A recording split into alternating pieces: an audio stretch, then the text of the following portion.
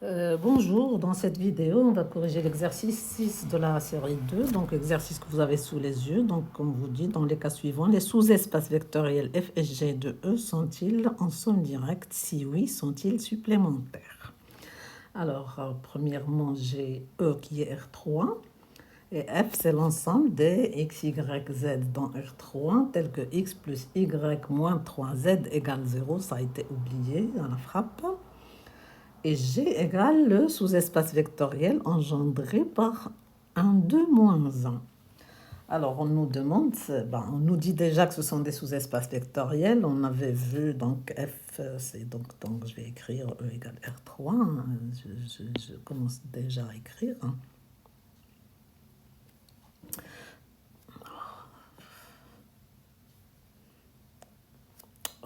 Oh.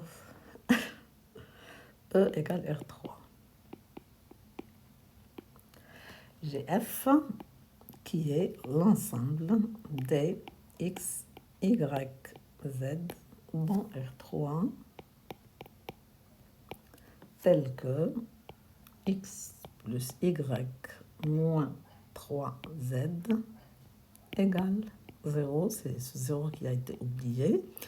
Donc ce f-là, on sait, d'après les exercices précédents, que c'est un sous-espace vectoriel de R3. On l'avait montré par non vide, c'est-à-dire qu'il contient le vecteur 0, 0, 0, puisque ça vérifie 0 plus 0 moins 3, 0 égale 0. C'est le 0 de R ici.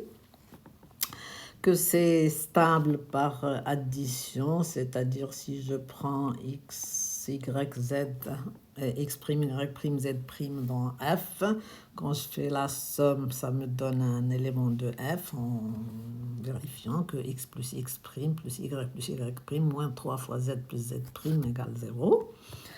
Et puis, si je prends x, y, z dans f et alpha dans r, je multiplie alpha x, alpha y, alpha z, je vérifie que alpha x plus alpha y moins 3 alpha z est égal à 0. Donc, c'est facile, on avait vu ça dans les premiers exercices.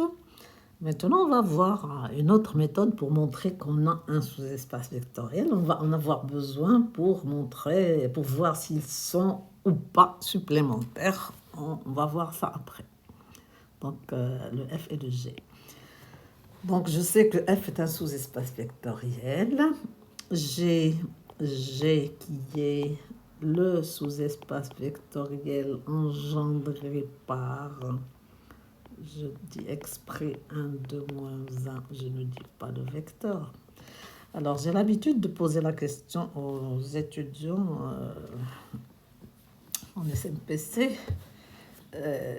Ce sous-espace vectoriel est engendré par combien de vecteurs? Il y en a une majorité qui me disent 3. Eh bien non, c'est un seul vecteur. 1, 2, moins 1, c'est un seul vecteur. Et c'est pour cela que j'insiste sur les parenthèses. Ce que je vois sur les copies d'examen, les parenthèses, on ne les voit pas. Hein. Vous ne les mettez pas par négligence et ça change complètement l'ensemble. Hein. Si je n'écris pas des parenthèses, ce sera le sous-espace vectoriel engendré par 1, 2 et moins 1, c'est-à-dire 3 éléments. Et ce sera dans R, ce ne sera plus dans R3. Hein. Donc, j'insiste sur ces parenthèses. Alors, qu'est-ce que c'est? Donc, si j'appelle U1 ce vecteur-là, U1 égale 1, 2, moins 1, j'ai G qui est vecteur U1, c'est-à-dire l'ensemble des quoi? C'est l'ensemble des alpha U1. Alpha U1 avec alpha appartenant à R. On avait vu avec vecteur I tout à l'heure dans l'exercice 4. Alpha U1, c'est tous les alphas, 2 alphas moins alpha, avec alpha dans R. Et donc, je peux déjà connaître la dimension de ce sous-espace, n'est-ce pas? Puisque U1 n'est pas nul, ce n'est pas le vecteur 0 de R3, donc E1 est libre en tant que famille à un élément. J'ai un élément qui n'est pas nul, il forme à lui seul une famille libre, puisque vous écrivez alpha U1 égale 0, ça entraîne que alpha égale 0, puisque U1 n'est pas 0. Et bon, c'est générateur de G, donc une base de G, c'est E1. Et donc, dimension de G, ça c'est les remarques que je tire. Je ne réponds pas encore à la question. La dimension de G, c'est égal à 1. Alors, je vais répondre à la question. Sont-ils en somme directe? Je rappelle que la somme F plus G est directe, équivaut à... Donc, F plus G est direct. Je rappelle la définition, ça équivaut à F inter G réduit à 0. C'est le 0 de R3 maintenant. On est dans R3. Donc, je dois montrer ça. On a l'inclusion, 0 est contenu toujours dans F inter G. N'est-ce pas? Ça, on l'a toujours. On a 0 qui est contenu dans F inter G, puisque F et G sont des sous-espaces vectoriels. Donc, il nous reste à montrer l'autre inclusion. On va voir si c'est vrai ou pas. Donc, je prends un vecteur E qui appartient à F inter G. Alors, qu'est-ce que je vais dire? E. Alors, E, je le prends égal à X, Y, Z. Alors, ce E appartient à F inter G, équivaut à U appartient à F et U appartient à G. La définition même de l'intersection. Qui équivaut à... Alors, U appartient à F. Je vais commencer par U appartient à G. U appartient à G, ça veut dire qu'il existe un alpha dans R, tel que U s'écrit alpha E, alpha U1 de tout à l'heure. Donc ça va faire alpha, 2 alpha, moins alpha. C'est alpha U1, comme je l'ai dit au début. Et U appartient à F, ça veut dire que X, U c'est déjà X plus Y, X, Y, Z, donc X plus Y moins 3Z est égal à 0. Donc X, Y, Z dans R. Qui équivaut donc à, toujours, il existe alpha dans R tel que U égale alpha, 2 alpha moins alpha. Et donc, notre X c'est alpha, notre Y c'est 2 alpha et notre Z c'est moins alpha. Ça nous fait alpha plus 2 alpha plus 3 alpha égale 0. Et ça équivaut à alpha égale 0. Et donc, ça nous donne U égale 0. Là, c'est le 0 de R et là, c'est le 0 de R3. Oh, décidément.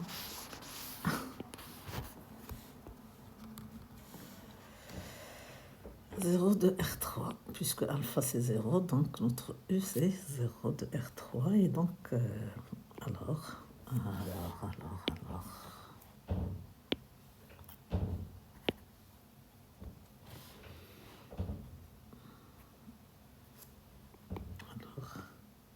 F inter G est réduit à 0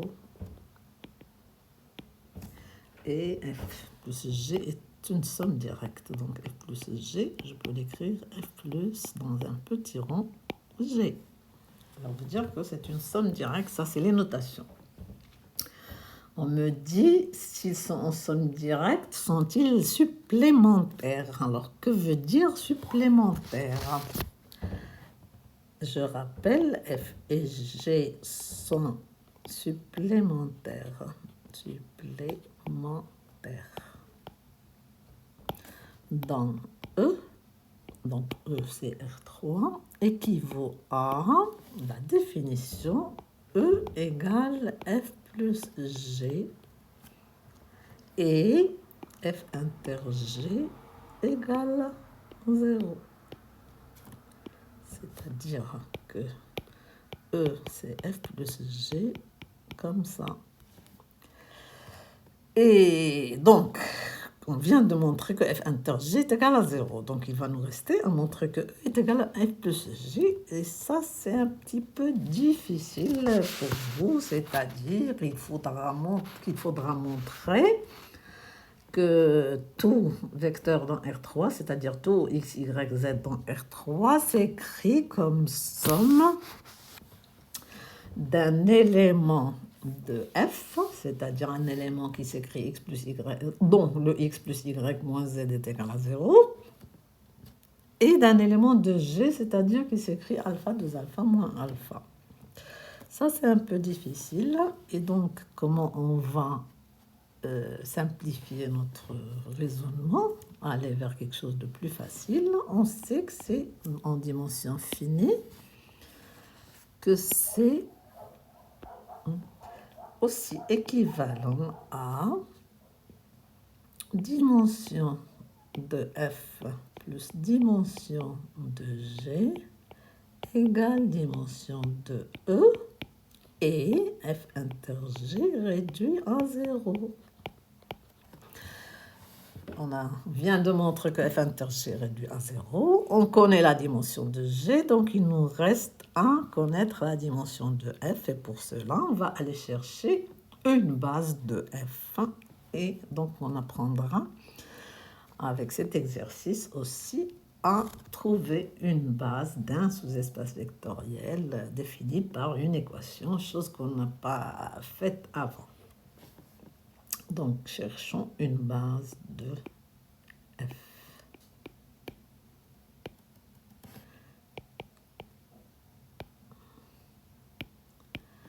Alors, pour chercher une base, il faut d'abord chercher une famille génératrice. Après, on vérifie que ce qu'on a trouvé comme partie génératrice est une famille libre. C'est toujours facile à faire pour montrer que c'est libre. Surtout si on a bien simplifié nos équations.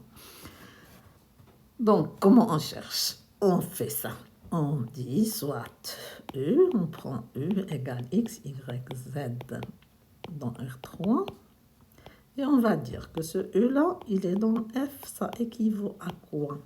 Ça équivaut à l'équation X plus Y moins 3Z égale 0. Et U égale X, Y, Z. N'est-ce pas?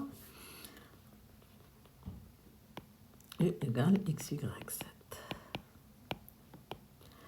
Équivaut donc à quoi? J'ai une équation avec 3 inconnus. Ça veut dire que je peux exprimer une en fonction de 2. Une inconnue en fonction de 2. Donc ces deux-là vont devenir des paramètres.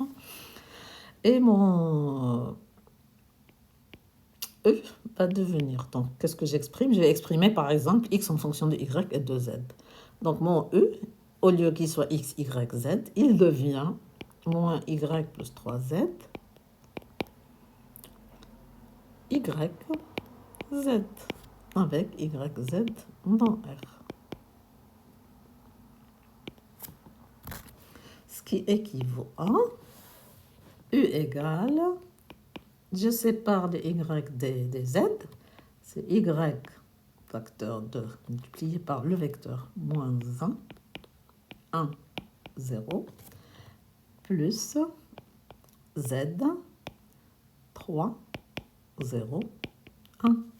Donc mon vecteur avec y, z toujours dans R. Donc mon vecteur E, il s'exprime en fonction de ce vecteur que j'appellerai U2 et celui-là U3. Parce que U1, je l'ai réservé à G. Donc il s'écrit YE1, U2 plus ZU3 avec YZ dans R. Et donc, qu'est-ce que j'en déduis? J'en déduis que F n'est autre que le sous-espace vectoriel engendré par les vecteurs U2 et U3. F est égal au sous-espace vectoriel engendré par U2 et U3, puisque tout vecteur de F s'exprime en fonction de U2 et U3. Et bon, il est facile de voir que U2, U3, donc là ça veut dire que U2, U3 engendre un F. Et il est facile de voir que U2 et U3 sont linéairement indépendants, c'est-à-dire que ça forme une famille libre. Ouais, U2, U3, libre, facile à voir. Libre, vous faites alpha U2 plus bêta U3 égale 0, ça fait alpha égale 0 et bêta égale 0. Parce que vous voyez qu'ils ne sont pas proportionnels. Donc, U2, U3 est une base de F et dimension de F est égale à 2. Donc, j'ai dimension de F plus dimension de G égale 2 plus 1 égale 3 égale dimension de E, qui est R3. J'ai F inter G qui est réduit à 0. Donc, F plus G est égal à R3. Ça veut dire que F et G sont supplémentaires. J'ai encore tout ça là-dedans.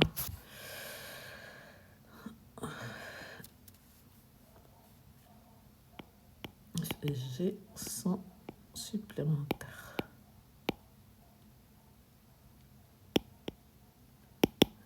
Supplémentaires dans R3. Voilà pour le petit A.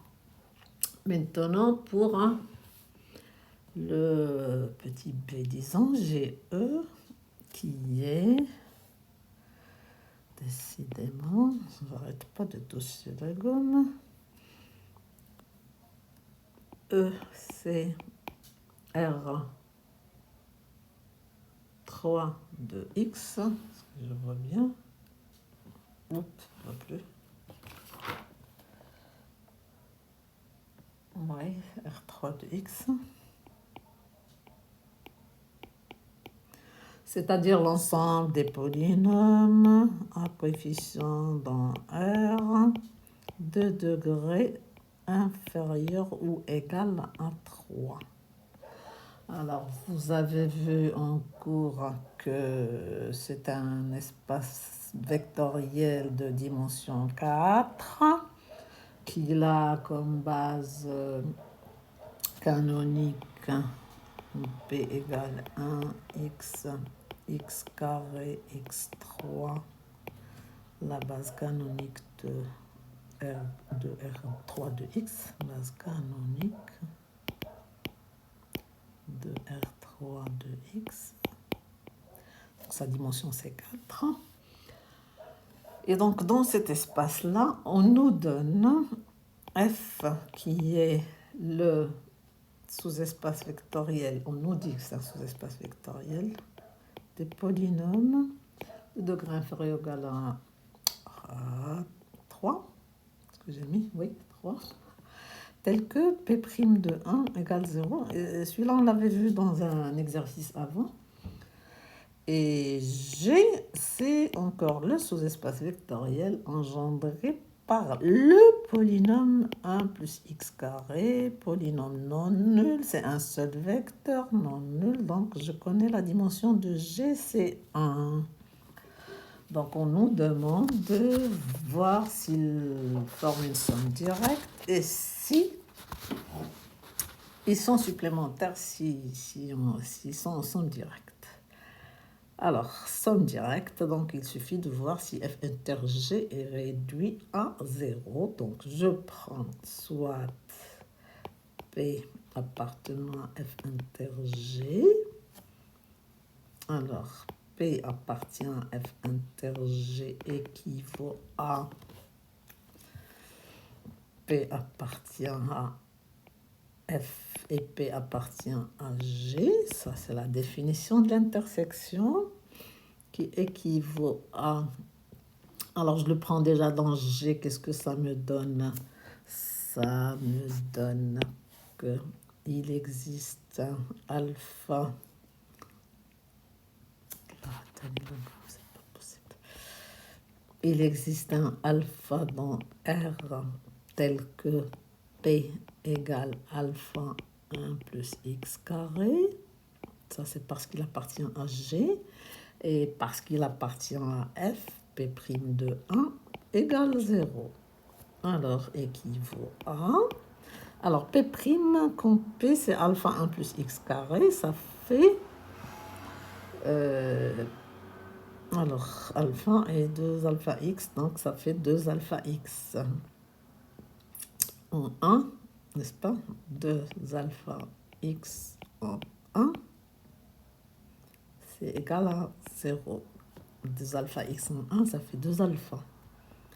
Et toujours P égale alpha 1 plus x carré. Là, c'est le P' de 1 qui est égal à 0. Et ça nous donne alpha égale 0. Puisque x de 1, ça fait 2 alpha. 2 alpha x de 1, c'est 2 alpha. Donc, c'est 2 alpha égale 0. Et P égale alpha 1 plus x carré. Ça nous donne alpha égale 0. Donc, P égale 0. Et donc, la somme est directe. Alors, F plus G, c'est F plus petit rond G.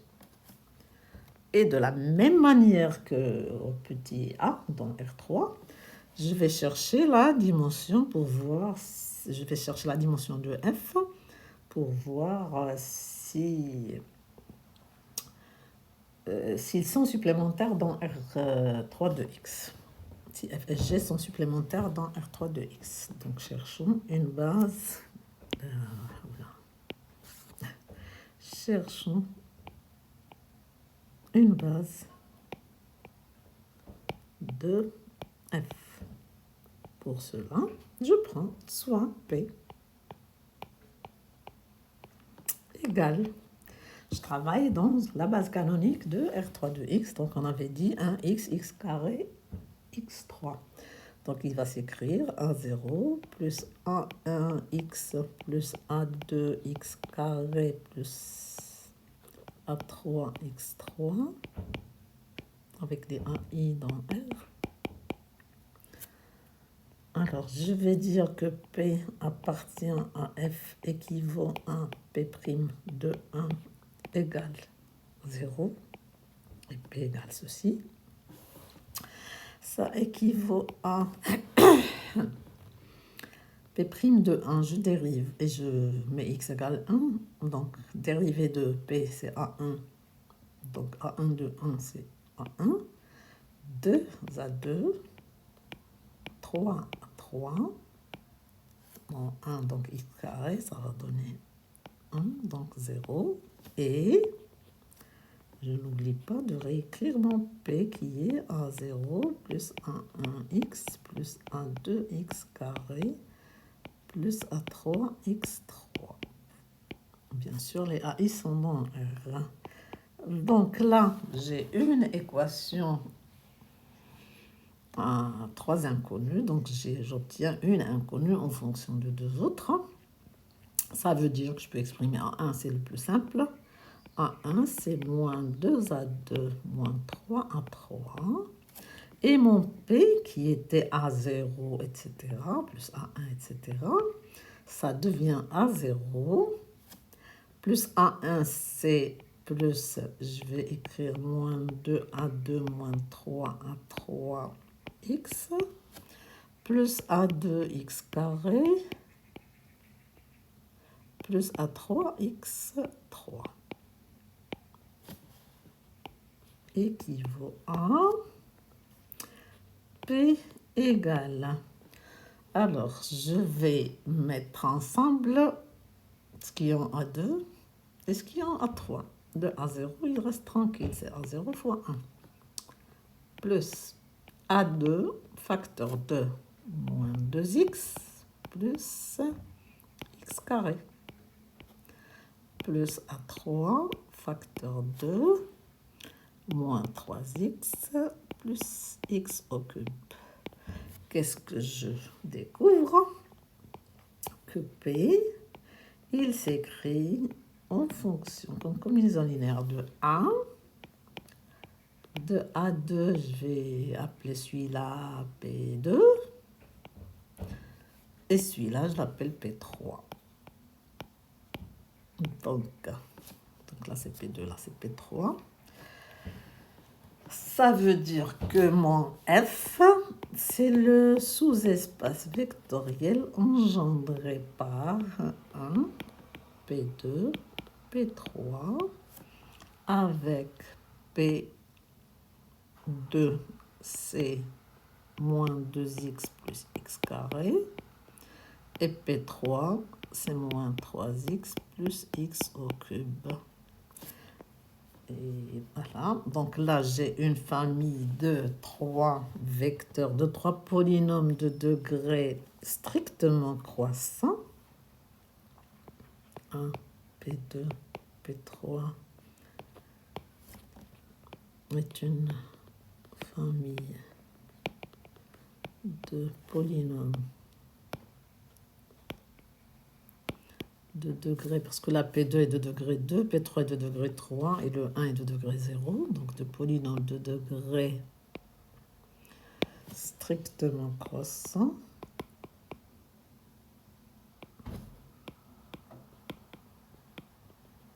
Donc c'est une famille libre.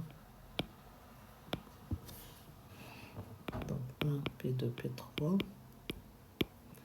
est libre.